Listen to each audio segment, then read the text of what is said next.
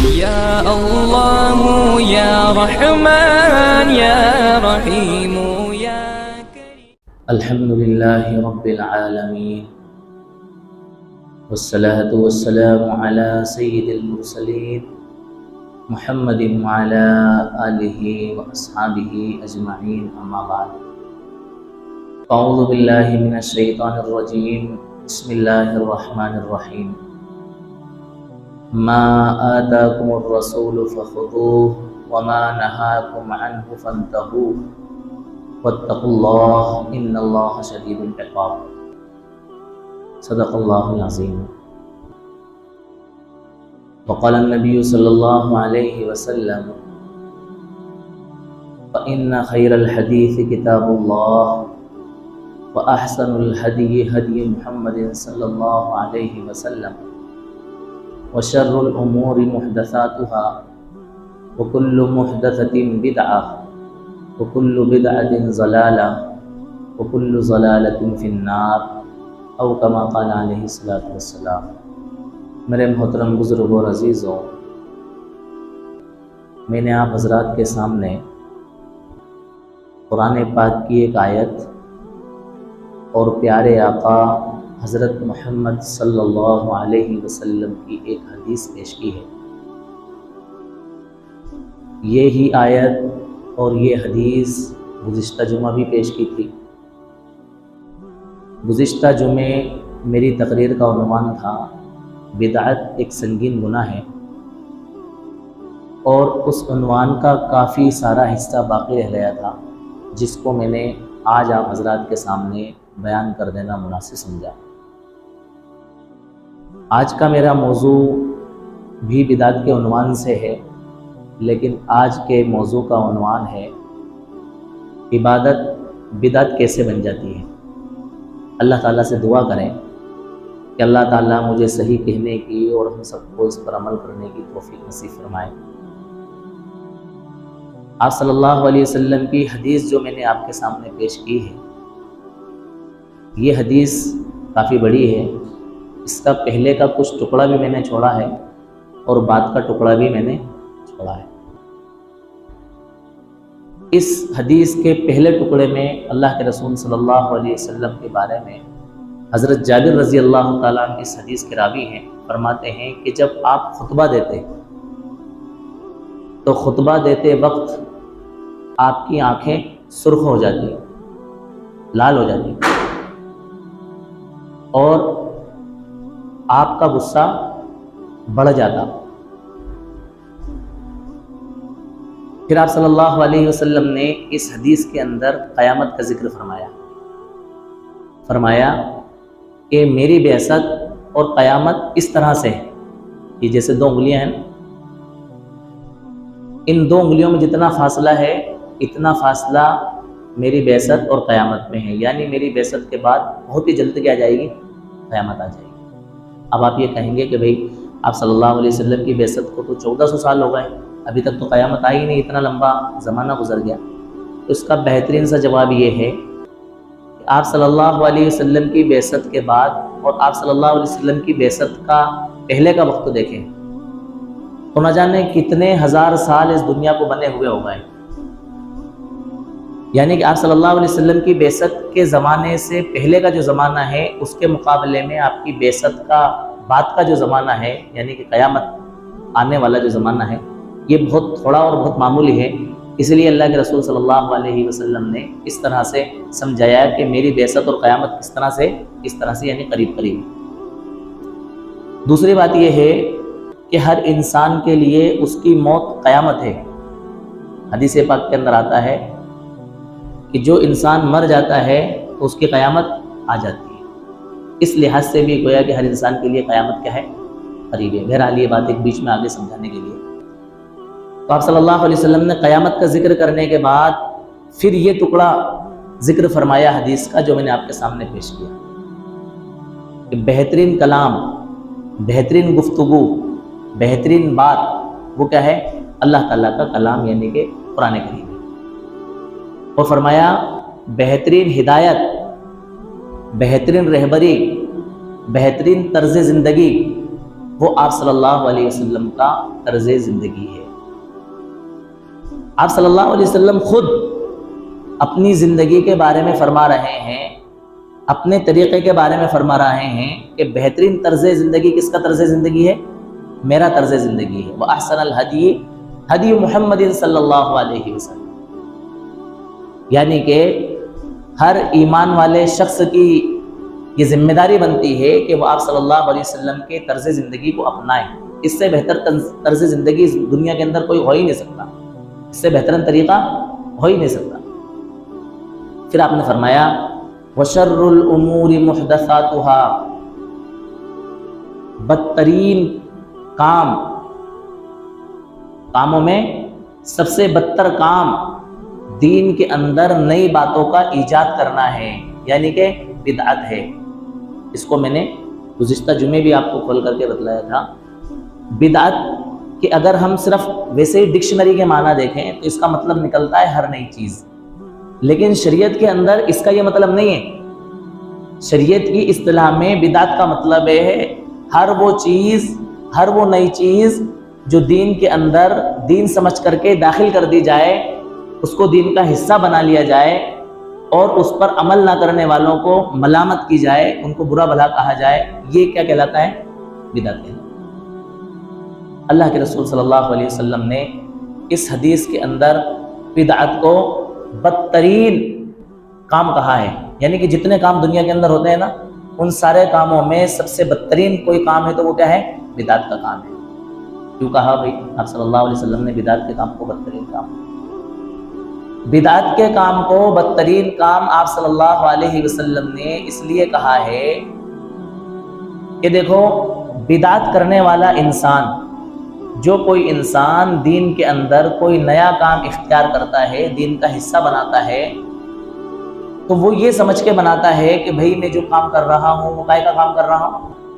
دین کا کام کر رہا ہوں، کوئی برا کام تو نہیں کر رہا، کوئی گانا نہیں گا رہا ہوں، زنا نہیں کر رہا ہوں، چوری نہیں کر رہا ہوں، کوئی برائی مجھ سے سرزد نہیں ہو رہی ہے، میں تو دین کا ہی تو کام کر رہا ہوں، کون سا برا کام کر رہا ہوں؟ تو اس کام پہ مجھے کیا ملے گا؟ گناہ ملے گا۔ اب جب وہ اس کام کو دین کا کام سمجھ کے کر رہا ہوتا ہے تو ایسی صورت میں اس کو توبہ کی توفیق نہیں ملتی ہے۔ یہ دنیا کے اندر جتنے برے کام ہوتے ہیں، مان کے چلو کوئی شخص شراب پیتا ہے تو وہ شراب تو پیتا ہے لیکن یہ سمجھ کے پیتا ہے کہ میں یہ جو کام کر رہا ہوں گناہ کا کام کر رہا ہوں، غلط کام ہے، برا کام ہے۔ کوئی شخص زنا کر رہا ہے، زنا کر رہا ہوتا ہے لیکن وہ سمجھ رہا ہوتا ہے کہ میں غلط کر رہا ہوں، برا کر رہا ہوں، آئندہ نہیں کروں گا۔ کوئی شخص ڈاکہ ڈال رہا ہوتا ہے تو وہ برا کام کر رہا ہے لیکن وہ یہ سوچ رہا ہوتا ہے کہ میں کیا کر رہا ہوں؟ غلط کام کر رہا ہوں۔ تو بدعت کے علاوہ جتنے کام برے دنیا کے اندر ہوتے ہیں، اگر کوئی شخص کر رہا ہوتا ہے تو ان کو برا سمجھ کے کرتا ہے، اور ان کو برا سمجھنے کی وجہ سے ایک نہ ایک دن توبہ کی توفیق مل جاتی ہے۔ وہ توبہ کر لیتا ہے کہ اللہ مجھے معاف کر دے، میں نے بہت اپنی زندگی کے اندر چوری کی ہے، بہت زیادہ میں نے ڈاکے ڈالے ہیں، لوگوں کو دھوکہ دیا ہے، میں نے شراب پی ہے، میں نے زنا کیا ہے، اور اتنی ساری میں نے تیری نافرمانیاں کی ہے کہ مجھے یاد نہیں ہے، لیکن مجھے اب اپنی غلطی کا احساس ہو رہا ہے، اللہ مجھے معاف کر دے۔ لیکن جب کوئی انسان بدعت کا کام اختیار کرتا ہے تو اس کو یہ پتہ نہیں ہوتا ہے کہ یہ گناہ ہے کہ نہیں ہے، بلکہ وہ اس کو اچھا سمجھ رہا ہوتا ہے۔ اچھا سمجھ کے جب وہ اس کام کو کر رہا ہے تو اس کو توبہ کی توفیق کیسے ملے گی؟ وہ تو سمجھ رہا ہے کہ میں کیا کر رہا ہوں؟ اچھا کام کر رہا ہوں۔ جب اس کو توبہ کی توفیق نہیں ملے گی تو وہ گویا کہ اسی کنڈیشن میں کہاں چلا جائے گا؟ اس دنیا سے چلا جائے گا۔ ایک بات۔ دوسری بات یہ ہے، اللہ کے رسول نے بدعت کے کام کو بدترین کام اس لیے ذکر فرمایا کہ جو شخص بدعت اختیار کرتا ہے وہ دین کا موجد بن جاتا ہے، یعنی دین کا پیدا کرنے والا، دین بنانے والا۔ اللہ کے دین بنانے والا کون ہے؟ اللہ۔ کون ہے بھائی؟ اللہ۔ دین کس نے بنایا؟ اللہ نے بنایا۔ لیکن جو شخص بدعت اختیار کرتا ہے وہ نعوذ باللہ اپنے عمل اور اپنے کردار کے ذریعے یہ ثابت کر رہا ہوتا ہے کہ بھائی اللہ تبارک و تعالیٰ نے جو دین ہمیں دیا وہ ادھورا دیا، دین کے اندر اس چیز کا اضافہ ہونا چاہیے تھا، اس کا اضافہ اس نے نہیں کیا، لہٰذا میں اپنی طرف سے اس چیز کا کیا کر رہا ہوں؟ اضافہ کر رہا ہوں۔ اور وہ نہ چاہتے ہوئے بھی، اس کی نیت ایسی نہیں ہوتی ہے، بیچارے کو اس کو پتہ ہی نہیں ہے نا، اس کی نیت ایسی نہیں ہوتی ہے اور وہ اپنے عمل کے ذریعے اللہ کے رسول صلی اللہ علیہ وسلم کی ذات پر بھی ٹارگٹ کر رہا ہوتا ہے اور صحابہ کی ذات پر بھی ٹارگٹ کر رہا ہوتا ہے کہ آپ صلی اللہ علیہ وسلم نے پورا دین ہم تک نہیں پہنچایا، یا صحابہ کرام نے جو دین اللہ کے رسول نے ان کو بتایا تھا اس کے اوپر پورا عمل نہیں کیا، ہم تک پہنچانے میں انہوں نے خیانت سے کام لیا۔ اس طرح سے در پردہ وہ کیا کر رہا ہوتا ہے؟ اپنے عمل کے ذریعے اظہار کر رہا ہوتا ہے۔ تو اللہ کے رسول صلی اللہ علیہ وسلم نے فرمایا کہ سارے کاموں میں سب سے بدترین کام جو ہے وہ کیا ہے؟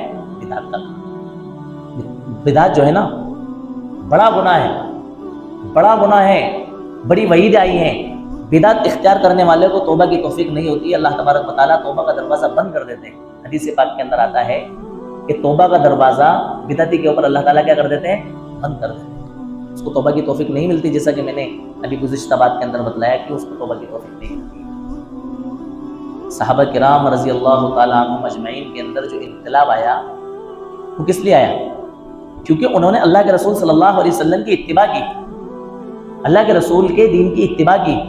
دین تو نام ہے اتباع کرنے کا، اگر آپ اپنی طرف سے اس دین کے اندر کوئی کمی پیدا کر دیتے ہیں تو بھی آپ دین سے اتباع کرنے سے کیا کر رہے ہیں؟ ہٹ رہے ہیں، اور اس دین کے اندر آپ اضافہ کر دیتے ہیں تو بھی آپ دین میں اتباع کرنے سے کیا ہو رہا ہے؟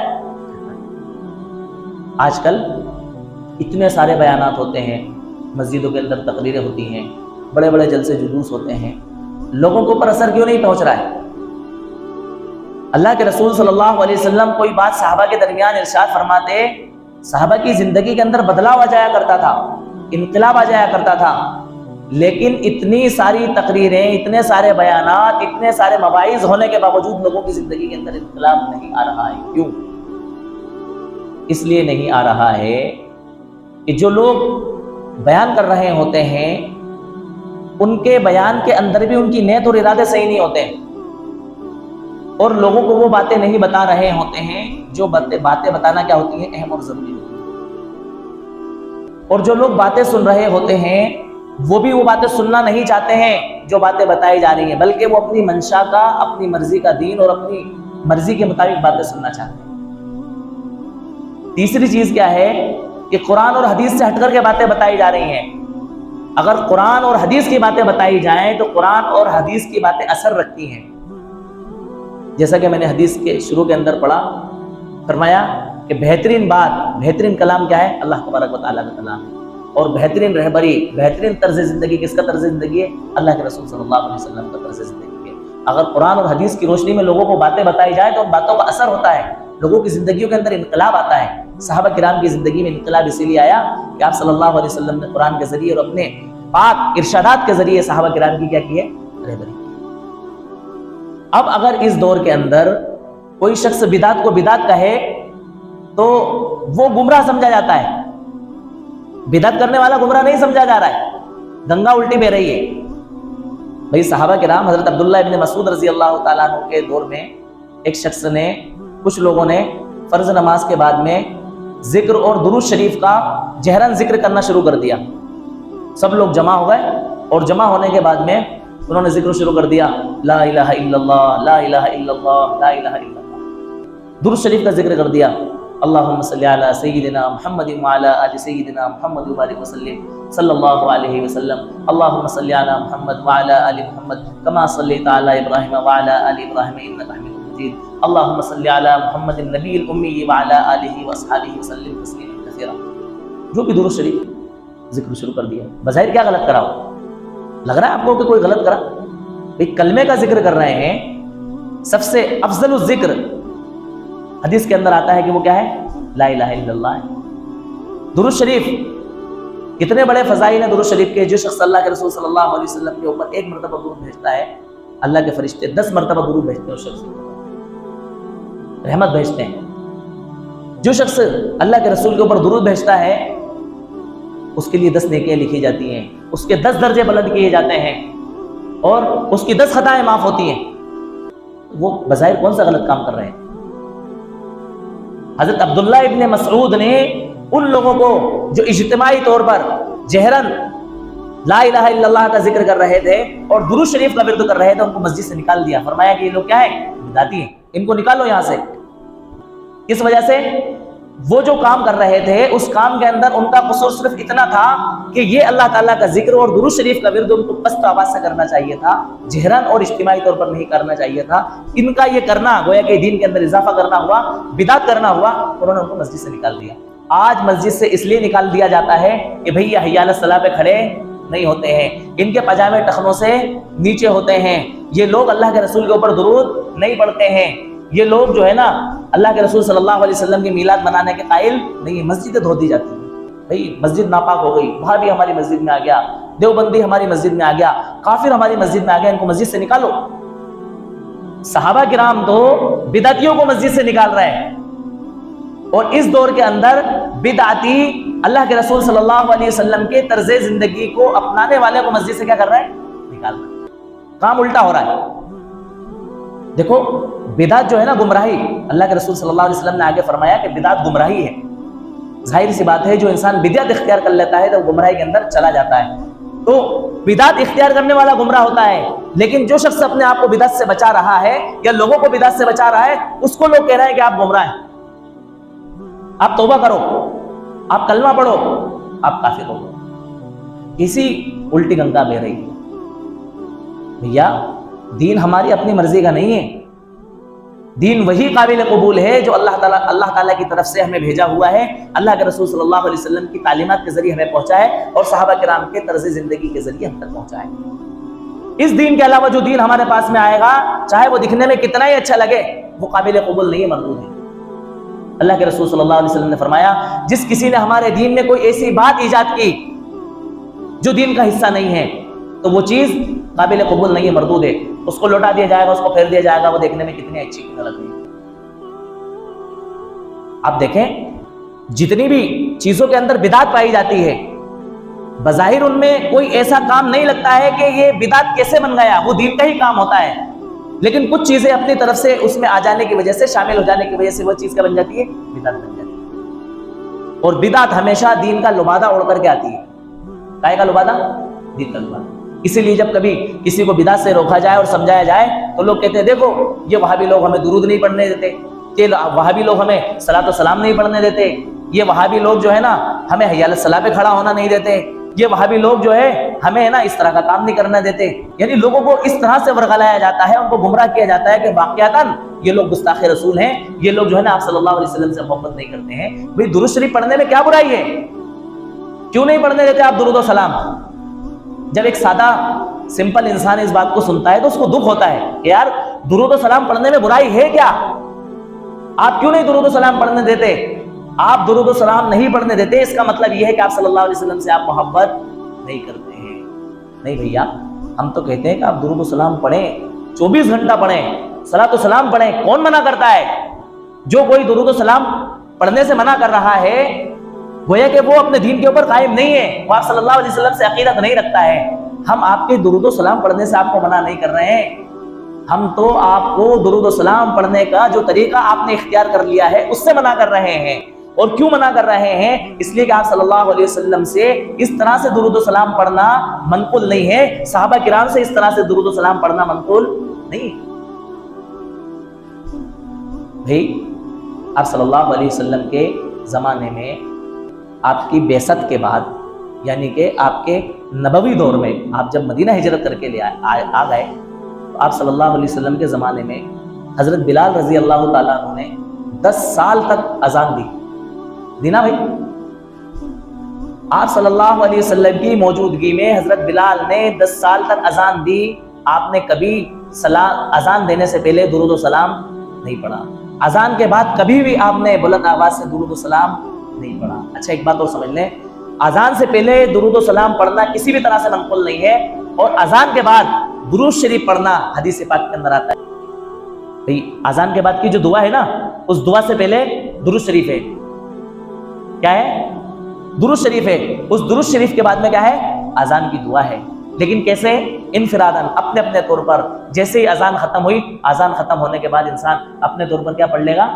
سرن درود شریف پڑھ لے گا، کوئی برائی نہیں ہے۔ لیکن آپ اس عبادت والے کام کے لیے ایک خاص طریقہ اختیار کر لیں کہ بھئی اذان دینے سے پہلے بھی آپ کو صلاۃ و سلام پڑھنا ہے، اور اذان دینے کے بعد میں بھی آپ کو صلاۃ و سلام پڑھنا ہے۔ بظاہر صلاۃ والسلام کوئی برا کام نہیں ہے، بڑا اچھا کام ہے، لیکن اس کو اذان سے پہلے قید کر دینا اور اذان کے بعد اس میں قید لگا دینا اور جہرن قید لگا دینا، یہی عمل آپ کا کیا بن جائے گا؟ بدعت بن جائے گا۔ تو ہم جو آپ کو روک رہے ہیں نا، وہ اس نئے طریقے کے ایجاد کرنے سے روک رہے ہیں۔ اس کو جو آپ نے دین کا حصہ بنا لیا ہے نا، اس کو دین کا حصہ بننے سے ہم آپ کو روک رہے ہیں۔ ہم درود و سلام سے آپ کو نہیں روک رہے ہیں۔ اور کیوں روک رہے ہیں؟ اس لیے روک رہے ہیں کہ بار بار جو آپ کی چلا چلا کے کہتے ہو نا کہ کیا تم علماء دیوبند دین کے ٹھیکیدار ہو؟ یقیناً علماء دیوبند دین کے ٹھیکیدار نہیں ہیں، لیکن دین کے چوکیدار ہیں۔ چوکیدار کا کیا کام ہوتا ہے بھئی؟ چوکیدار کہاں بیٹھتا ہے؟ گیٹ پہ بیٹھتا ہے نا۔ اس کا یہ کام ہے کہ باہر سے آنے والی چیز کو اندر نہ آنے دے اور اندر سے جو چیزیں پڑی ہوئی ہیں ان کو باہر نہ جانے دے۔ تو ہماری یہ ذمہ داری ہے، ہمارا یہ حق ہے، ہمارا یہ فریضہ ہے کہ دین کے اندر جو چیزیں نہیں ہیں ان کو ہم دین کے اندر کسی بھی قیمت پر آنے نہیں دیں گے، اور جو چیزیں دین کے اندر موجود ہیں ان کو دین سے ہم خارج ہونے نہیں دیں گے۔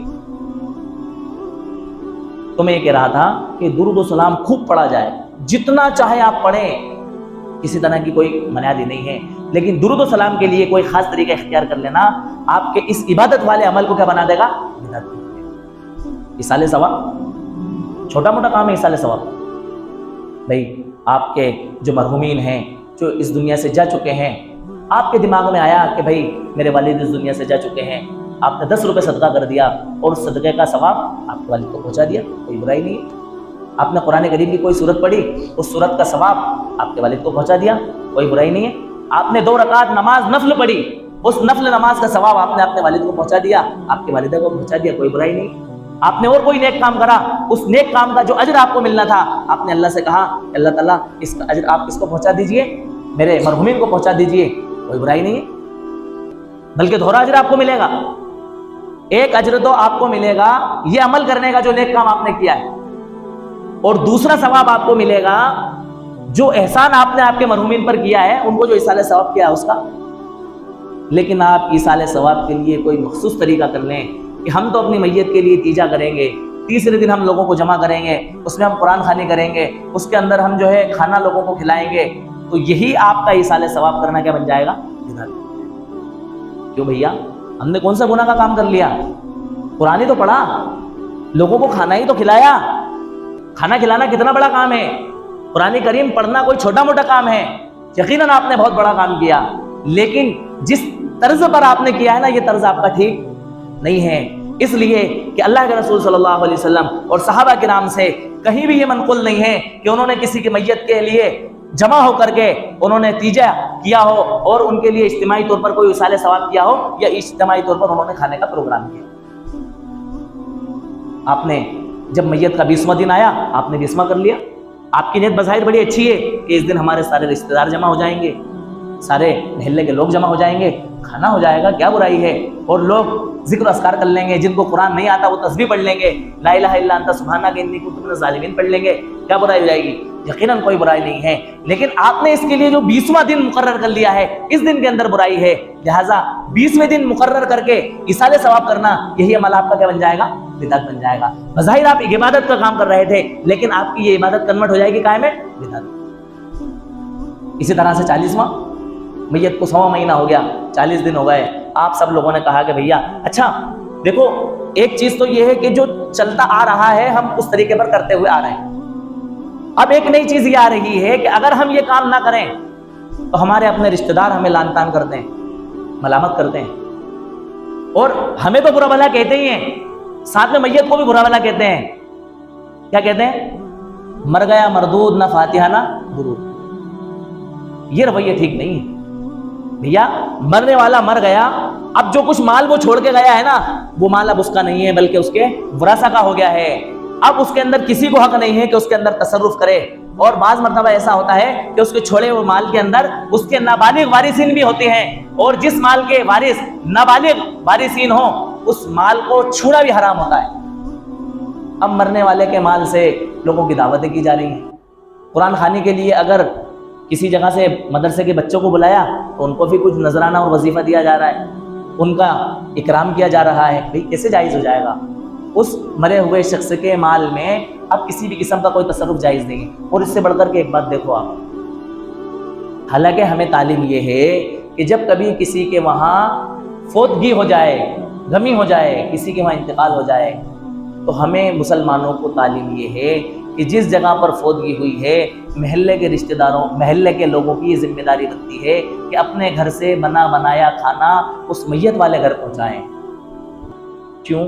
اللہ کے رسول صلی اللہ علیہ وسلم نے ایک موقع پر فرمایا، حضرت جعفر بن ابی طالب رضی اللہ تعالیٰ عنہ کا غزوہ موتہ کے موقع پر انتقال ہوا، آپ شہید ہو گئے۔ آپ نے اپنے گھر والوں کو حکم دیا کہ جعفر بن ابی طالب کے گھر والوں کے لیے کھانا بناؤ، اس لیے کہ وہ غم میں ہیں، غم نے ان کو مشغول کیا ہوا ہے، وہ اپنے گھر چولہا نہیں جلا پائیں گے، کھانا بنا کر کے ان کے گھر کے پہنچاؤ۔ یہی تعلیم ہمیں ملی کہ بھیا جب کبھی آپ کے محلے میں، آپ کے رشتہ داروں میں کوئی فوتگی ہو جائے تو آپ کی ذمہ داری بنتی ہے کہ آپ ان کو کھانے پینے کے انتظام کے اندر مشغول نہ ہونے دو، بلکہ 3 دن تک آپ اپنے اڑوس پڑوس کے لوگ ان کے گھر بنا بنایا کھانا اپنے گھر سے بنا کر کے، جو کچھ آپ کے گھر میں بنا ہے ان کے گھر پہنچا کر کے ان کو کھانے میں مشغول نہ ہونے دو، کھانے کی ٹینشن ان کے سر پر نہ ڈالو، اور ان کو کھلا کر کے آؤ ہو سکے تو۔ جو رشتہ دار ہیں وہ بھی اسی کھانے کو کھا لیں گے۔ دیکھو تعلیم تو ہمیں یہ ہے جو میں نے آپ کو بتائی، لیکن ہو کیا رہا ہے؟ ادھر میت کا جنازہ اٹھا نہیں، ادھر دیکھیں چڑھنا شروع ہو، اور دیگوں میں بھی گوشت سے کم پر اکتفا نہیں کیا جا رہا ہے، شامیانے لگ رہے ہیں، کھانے کا نظم ہو رہا ہے۔ اچھا بعض مرتبہ تو جس کے گھر میت ہوئی ہے وہ خود شرما حضری میں کہتا ہے، دور دور سے مہمان آئے ہیں صاحب، فلاں صاحب بڑے بھائی آپ کھانے کا انتظام کر لو، بھائی آپ کو کس بھائی ہو میرے، آپ کھانے کا انتظام کر لو، من بعد میں کر لیں گے۔ وہ کھانے کے انتظام میں لگ جاتے ہیں تو کھانا ریڈی ہو جاتا ہے۔ بعد میں یہی شخص جس کے گھر میت ہوئی ہے پوچھتا بھی کتنا خرچہ آیا، اور اس کو وہ خرچہ دیتا ہے۔ بتاؤ یہ کیسے صحیح؟ آپ کے گھر میت ہوئی ہے، آپ کو غم ہے، اور آپ کے گھر پہ کیا بن رہا ہے؟ گوشت بن رہا ہے، اور وہ گوشت تو سارے مہمان کھا رہا ہے۔ میں قسم کھا کے کہتا ہوں، اللہ کی قسم، اگر آپ کے یہاں سے مہمان بھوکے بھی چلے جائیں گے تو آپ کو بدنام نہیں کریں گے، آپ کو اتنا تکلف کرنے کی ضرورت نہیں ہے۔ اور رشتہ داروں کو بھی یہ سمجھ کر کے کہ ہم اپنی طرف سے دیکھ چڑھا کر کے کھانا بنا لیتے ہیں، اجتماعی کھانا، اور مہمان کھا لیں گے، ہم اہل میت سے کچھ بھی خرچہ نہیں لیں گے بلکہ اپنی طرف سے کر دیں گے، اس طرح سے بھی ٹھیک نہیں۔ آپ وہ کام کیوں نہیں کرتے جو اللہ کے رسول صلی اللہ علیہ وسلم نے بتلایا؟ آپ کے گھر پر دال چاول بنے ہیں، آپ میت کے گھر دال چاول پہنچا دو۔ آپ کے گھر پر چاول کڑی بنی ہے، آپ چاول کڑی پہنچا دو۔ آپ کے گھر پہ آلو بنے ہیں، بیگن بنے ہیں، آپ دال آلو بیگن پہنچا دو۔ آپ کو یہ سب کرنے کی ضرورت نہیں ہے۔ اس رویے کو آپ ختم کیجئے، یہ ٹھیک نہیں ہے۔ یہ اب ایک ہمارے گویا کہ دین کا حصہ بن گیا ہے کہ اگر نہیں کریں گے تو غلط ہو جائے گا، اور نہ کرنے والے کو غلط سمجھا جا رہا ہے۔ لہٰذا یہی ایک اچھا کام جس کو نیکی کا کام تھا، یہی نیکی کا کام قائم تبدیل ہو گیا اس حرکت کی وجہ سے اور اس عمل کی وجہ سے بدعت کے اندر تبدیل ہو گیا۔ دوسری بات کیا ہے؟ اب ہمارے وہاں یہ ہونے لگا ہے کہ ہم میت کے انتقال کے دوسرے دن قبرستان میں اعلان کر دیتے ہیں، بھیا فلاں مسجد کے اندر شیم ہوگی، سیم ہوگی۔ سیم بولتے ہیں کہ شیم بولتے ہیں؟ شیم کہ سیم ہوگی۔ اب بیچارے سب محلے کے لوگ اکٹھے ہو کر کے مسجد کے اندر آ گئے۔ کسی کو کوئی مجبوری ہے لیکن وہ اس لیے آ رہا ہے کہ محلے میں میت ہوئی ہے، سب لوگ دیکھیں گے، نہیں جاؤں گا تو یہ میسج جائے گا کہ دیکھو یار ان کے دل میں نفرت تھی، ان کے دل میں عداوت تھی، لہٰذا اس کے اندر ہمیں یہ سب کرنے کی ضرورت نہیں۔ جس کو جانا تھا وہ جا چکا، ایصال ثواب کے لیے ہمیں اعلان کرنا اور ایصال ثواب کے لیے لوگوں کو مسجد کی دعوت دینا کہ فلاں مقام پر فلاں میت کے لیے سیم ہوگی، یہ درست اور ٹھیک نہیں ہے۔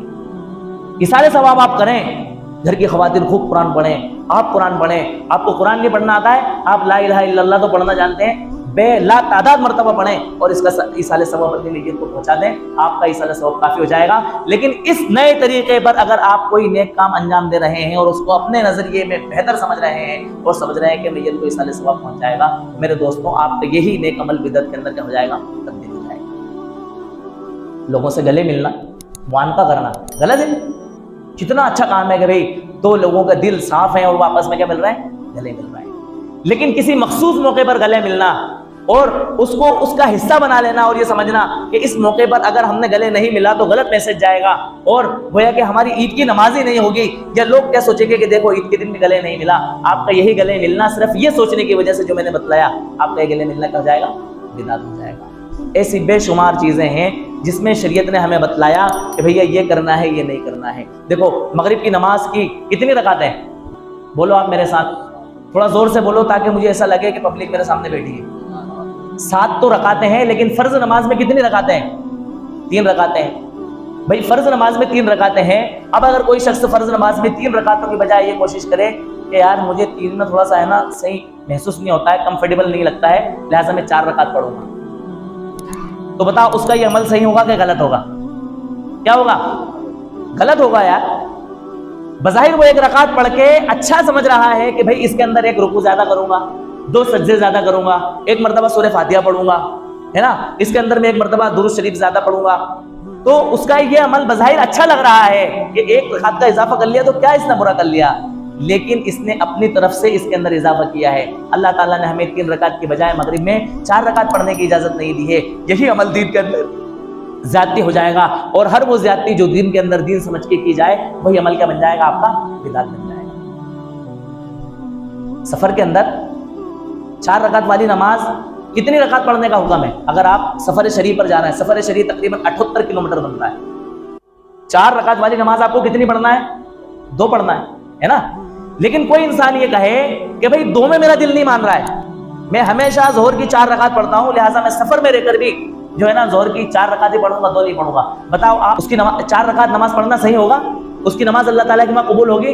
نہیں ہوگی، مردود ہو جائے گی، اس لیے کہ تو بظاہر تیرے عمل کے اعتبار سے اس کو صحیح سمجھ رہا ہے، لیکن اللہ تعالیٰ نے اس کی اجازت نہیں دی ہے۔ اللہ تعالیٰ کا حکم ہے کہ 2 پڑھنا ہے تو تجھے 2 ہی پڑھنا ہے، 4 رکعت پڑھنے پر تو کیا ہو جائے گا؟ اللہ تعالیٰ کا مجرم ہو جائے گا، یہی تیرا عبادت والا عمل قائم میں تبدیل ہو جائے گا، بدعت میں تبدیل ہو جائے گا۔ ایسے بے شمار مواقع ہیں جن مواقع پر ایک انسان کا نیک عمل، انسان کی عبادت بدعت بن جاتی ہے، لہٰذا ہم اپنے علماء سے پوچھ کر کے ان کی رہبری میں یہ سمجھیں کہ حضرت میں یہ عمل کیسے کروں، اس کو کیسے کرنے کی کوشش کروں۔ صحابہ کرام اللہ کے رسول صلی اللہ علیہ وسلم سے اعمال سیکھا کرتے تھے، اب اپنے علماء سے اعمال کو سیکھیں، بدعت اور عبادت کے فرقوں کو سمجھنے کی کوشش کریں۔ اللہ تعالیٰ ہم سب کو عمل کی توفیق عطا فرمائے۔ وآخر دعوانا الحمدللہ رب العالمین۔